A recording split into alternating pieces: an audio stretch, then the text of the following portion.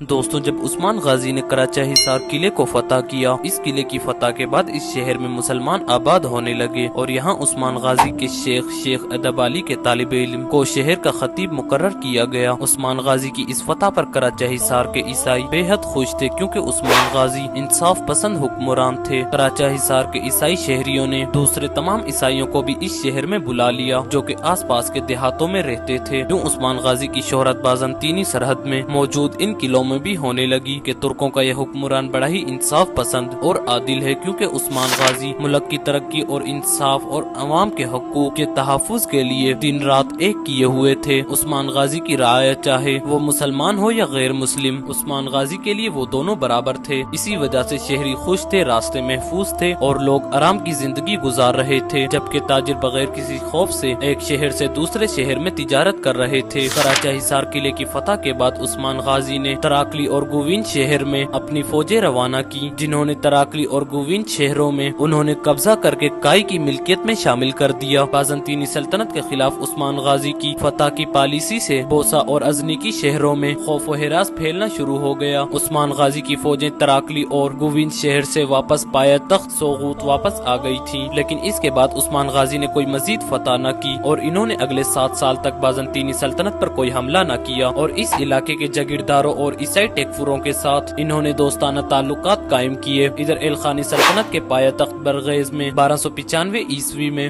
غازان خان نے الخانی سلطنت کا تخت سنبھال لیا۔ غازان خان منگول، چینی، عربی، فارسی، تبتی اور ترک زبان بڑی اچھی طرح سے جانتا تھا۔ جلد غازان خان امام قطب الدین شیرازی امیر نوروز کی کوششوں سے مسلمان ہو گیا اور اس نے ہزاروں منگولوں کے ساتھ اسلام قبول کیا، اور یوں اگلے 9 سال تک الخانی سلطنت مسلمان ہو گئی۔ ادھر اناطولیہ میں 1298 عیسوی میں الخانی سلطنت کے منگول گورنر سلیمیس نے 50,000 سپاہیوں کے ساتھ غازان خان کے خلاف بغاوت کر دی، جس پر اناطولیہ کے ترک جنگجوؤں نے الخانیوں کے خلاف منگول کمانڈر سلیمیس کی مدد کی، جبکہ مملوک سلطنت نے 20,000 گھڑ سوار فوج بھیج کر الخانی باغی کمانڈر سلیمیس کی مدد کی۔ غازان خان نے اس بغاوت کو کچلنے کے لیے اپنے ایک کمانڈر قطلف شاہ کو روانہ کیا۔ کہا جاتا ہے کہ اس بغاوت کے دوران سلجوقی سلطان علاؤ الدین کے قباد سوم تخت چھوڑ کر فرار ہو گئے اور یوں سلجوقی تخت خالی ہو گیا، جبکہ منگولوں کی یہ دونوں فوجیں ارض روم شہر کے قریب ایک میدان میں آ پہنچی۔ ایک طویل خون ریز جنگ کے بعد آخرکار باغی کمانڈر سلیمیس کو شکست ہوئی اور اس کی فوج منتشر ہو گئی۔ جب اناطولیہ میں الخانیوں کی آپس میں جنگ ہوئی تو سلطان علاؤ الدین کے قباد سوم نے تخت چھوڑ کر راہ فرار اختیار کی، تو سلجوقیوں کی رہی سہی طاقت بھی ختم ہو گئی، اور یوں سلجوقی سلطان کے نہ ہونے پر مختلف امراء اور گورنروں نے اپنی خود مختار چھوٹی چھوٹی حکومتیں قائم کر لی۔ دوسری جانب الخانی کمانڈر کے ہاتھوں شکست کھانے کے بعد باغی منگول کمانڈر سلیوس کے سپاہی مغرب کی جانب فرار ہو گئے، جہاں انہوں نے عثمان غازی کی سرزمینوں میں قدم رکھا اور انہوں نے عثمان غازی کی اطاعت قبول کر لی اور عثمانی فوج میں شامل ہو گئے، جس کے بعد عثمان غازی نے اپنے سپاہیوں کی تعداد بڑھا دی۔ عثمان غازی کی فوجی طاقت کا خوف بازنطینی ٹیکفوروں کے دلوں میں بڑھتا گیا اور اب وہ عثمان غازی سے ڈرنے لگے۔ اسی سال یار حصار قلعے کے ٹیکفور نے بیلیجک قلعے کے ٹیکفور کے ساتھ اتحاد کرنے کے ارادے سے اپنی بیٹی ہولوفیرا کی شادی طے کر دی۔ ویسے کہنے کو تو یہ صرف ایک شادی تھی، لیکن اس شادی میں اصل منصوبہ عثمان بے کو دعوت دے کر انہیں شہید کرنا تھا۔ اناگول، یار حصار اور بیلیجک قلعے کے ٹیکفوروں نے آپس میں فیصلہ کیا کہ عثمان غازی جو کہ دن بدن مضبوط ہوتا جا رہا ہے، ان کو ہم اس شادی میں دعوت دیں گے، اور انہوں نے اس شادی کے دوران عثمان غازی کو زہر دے کر مارنے کا منصوبہ بنایا تھا۔ تاہم ہارمن کایا شہر کے ٹیکفور میخائیل کوسس کی عثمان غازی کے ساتھ دوستی تھی اور ان کے عثمان غازی کے ساتھ اچھے تعلقات تھے۔ میخائیل کوسس کو بھی اس منصوبے میں شامل کیا گیا تھا، لیکن میخائیل کوسس نے دوست ہونے کے ناطے اسی کا حق ادا کیا اور اس نے عثمان غازی کو تمام صورتحال سے آگاہ کیا کہ کیسے رومی ٹیکفور شادی کے بہانے ان کو زہر دے کر مارنا چاہتے ہیں۔ جب عثمان غازی کو یہ خبر ملی تو انہوں نے اپنے کمانڈروں اور سرداروں کی مشاورت سے ایک شاندار منصوبہ تیار کیا۔ اس منصوبے کے تحت بیلیجک قلعے میں جو خواتین تحائف لے کر جائیں گی، وہ خواتین کے بجائے خواتین کے لباس میں ملبوس مجاہدین ہوں گے، اور مناسب وقت آنے پر مجاہدین اپنے ہتھیار نکال کر سپاہیوں پر حملہ کر دیں گے اور بیلیجک قلعے کا دروازہ کھول دیں گے، اور اس دوران بیلیجک قلعے کے باہر چھپے مجاہدین قلعے میں داخل ہو کر بیلیجک قلعے کو فتح کر لیں گے۔ اس منصوبے کا دوسرا حصہ شادی کی دعوت تھی، جس میں یہ طے پایا کہ عثمان غازی اس شادی میں جائیں گے اور تحفے کے طور پر وہ اپنے ساتھ تیل اور شہد کے بھرے ہوئے بیرل لے کر جائیں جائیں گے، لیکن ان شہد اور تیل کے ڈرموں میں دراصل عثمان غازی کے سپاہی ہوں گے، اور یہ بھی طے پایا کہ رات کے پہر جب تمام سردار ٹیکفور اور تمام رومی سپاہی نشے میں دھت ہوں گے تو تب انہیں مار دیا جائے گا۔ اس منصوبے کا تیسرا حصہ اناگول شہر تھا، جہاں پر ترگت الپ اپنے سپاہیوں کے ساتھ اناگول شہر کا محاصرہ کریں گے۔ بیلیجک قلعے کے ٹیکفور نے شادی کا یہ پروگرام بیلیجک قلعے کے ساتھ موجود ایک گاؤں میں رکھنے کا فیصلہ کیا۔ ادھر عثمان غازی بھی شادی کے لیے بالکل تیار تھے۔ انہوں نے اپنے جنگجوؤں کو تیل اور شہد کے بیرل میں رکھ کر انہیں چھپا دیا، اور وہ اپنے 30 سپاہیوں کے ساتھ اس شادی میں شرکت کے لیے سوغوت سے روانہ ہوئے۔ عثمان غازی کے منصوبے کے مطابق سب سے پہلے خواتین کے بھیس میں سپاہی جو کہ اس شادی میں بیلیجک کے لیے تحفے اور تحائف لے کر جا رہے تھے، وہ خواتین یعنی کہ عثمان غازی کے سپاہی بیلیجک قلعے میں ہتھیاروں کے ساتھ جو کہ انہوں نے چھپائے ہوئے تھے داخل ہوئے۔ یوں خواتین کے بیس میں چھپے عثمان غازی کے سپاہیوں نے ہتھیاروں سے لدے جکڑے شہر میں داخل کیے۔ اب چونکہ بیلیجک قلعے کے ٹیکفور کی شادی تھی، اس لیے زیادہ تر لوگ اور سپاہی شادی میں گئے ہوئے تھے، اور بیلیجک قلعے میں سپاہیوں کی تعداد بہت کم تھی۔ یوں بیلیجک قلعے کو فتح کرنا اب مجاہدین کے لیے اور آسان ہو گیا تھا۔ شہر میں داخل ہونے کے بعد خواتین کے بیس میں چھپے عثمان غازی کے سپاہیوں نے شہر کے محافظوں پر حملہ کر دیا، اور اس دوران انہوں نے شہر کے دروازے کھول دیے اور باہر چھپے عثمان غازی کے مزید 100 مجاہدین شہر میں داخل ہو گئے۔ یوں بیلیجک قلعے کو بہت جلد فتح کر لیا گیا، کیونکہ اس دوران کئی سپاہیوں کو کسی بھی قسم کا مزاحمت نہیں کرنا پڑا تھا۔ ادھر دوسری جانب رومی ٹیکفور بیلیجک قلعے کی فتح سے بے خبر تھے، اپنی شادی میں عثمان غازی کو قتل کرنے کے موقع کا انتظار کر رہا تھا، تاہم وہ نہیں جانتا تھا کہ یہاں جال کے اندر ایک اور جال ہے، اور عثمان غازی نے اس کے لیے بہترین جال بچھایا ہوا ہے۔ اس شادی کے موقع میں جب لوگ شراب کے نشے میں مدہوش ہونے لگے تو عثمان غازی نے اپنے سپاہیوں کو شہر اور تیل کے ڈرموں میں سے نکالا، اور اپنے مجاہدین کے ساتھ انہوں نے اچانک شادی پہ آئے ہوئے لوگوں پر حملہ کر دیا۔ بیلیجک قلعے کے ٹیکفور کو مجاہدین نے پکڑ کر اس کا سر دھڑ سے الگ کر دیا، اور یوں عثمان غازی کے منصوبے کے مطابق پہلے بیلیجک قلعے پر قبضہ ہو گیا اور اس کا ٹیکفور بھی مارا گیا۔ اس دوران اناگول شہر میں ترگت الپ نے سلجوقی سلطان کی طرف سے بھیجے گئے ہتھیاروں کے ساتھ اناگول شہر کا محاصرہ کر لیا۔ ادھر عثمان غازی نے بھی وقت ضائع کیے بغیر یار حصار شہر کا محاصرہ کر لیا۔ اناگول شہر میں جہاں پر ترگت الپ اپنے سپاہیوں کے ساتھ شہر کا محاصرہ کیے ہوئے تھے، انہوں نے محاصرے میں جب شدت اختیار کی تو اناگول کے شہری جو کہ اپنے ٹیکفور آیا نکولا کے ظلم کی وجہ سے پریشان تھے، اور وہ یہ بھی جانتے تھے کراچا حصار کے عیسائیوں کے ساتھ عثمان غازی کس قدر ہمدردی رکھتے ہیں اور وہ کس قدر خوشحال ہیں، اس لیے وہ چاہتے تھے کہ اناگول شہر پر بھی عثمان غازی کا قبضہ ہو جائے تاکہ وہ آیا نکولا کے ظلم سے بچ جائیں اور ایک پرسکون زندگی گزار سکیں۔ اس دوران عثمان غازی یار حصار قلعے کو فتح کرنے کے بعد اپنی فوجوں کے ساتھ اناگول کی جانب بڑھنے لگے تاکہ وہ ترگت الپ کی مدد کر سکیں اور اناگول شہر پر بھی عثمان غازی کا قبضہ ہو جائے۔ عثمان غازی کے آنے پر اہل شہر نے ہتھیار ڈال دیے اور اناگول شہر عثمان غازی کی سلطنت میں شامل ہو گیا، اور اس محاصرے کے دوران اناگول کا ٹیکفور مارا گیا، اور اس طرح عثمان غازی نے 3 شہروں کو فتح کر لیا، اور اناگول، بیلیجک اور یار حصار قلعے پر اسلامی پرچم لہرانے لگا۔ یوں عثمان غازی کی سلطنت کی سرحدیں تیزی سے پھیلنے لگی۔ ادھر الخانی سلطنت میں کہا جاتا ہے کہ اسی سال جب عثمان غازی نے یہ فتوحات حاصل کی تھی تو سلجوقی سلطان علاؤالدین کے کو بعد سوم کو منگولوں نے اپنے پایہ تخت تبریز میں انہیں پھانسی دے دی۔ سلجوقی سلطان کی موت کے بعد سلجوقیوں میں خانہ جنگیں شروع ہو گئیں اور اناطولیہ میں موجود سلجوقیوں کی یہ آخری سلطنت یعنی کہ سلاج کے روم کا خاتمہ ہو گیا، اور اناطولیہ میں امراء اور گورنروں نے اپنی خود مختار ریاستیں قائم کر دی۔ اس صاحب الملوکی کے دور میں عثمان غازی نے ایک آزاد ریاست یعنی کہ سلطنت عثمانیہ کی بنیاد رکھی اور انہوں نے اپنے نام کے سکے جاری کیے، اور یوں 1299 عیسوی میں سلطنت عثمانیہ کا باضابطہ طور پر قیام عمل میں آیا۔ دوستوں آج کے لیے اتنا ہی، ملتے ہیں اگلی ویڈیو میں، تب تک کے لیے اللہ حافظ۔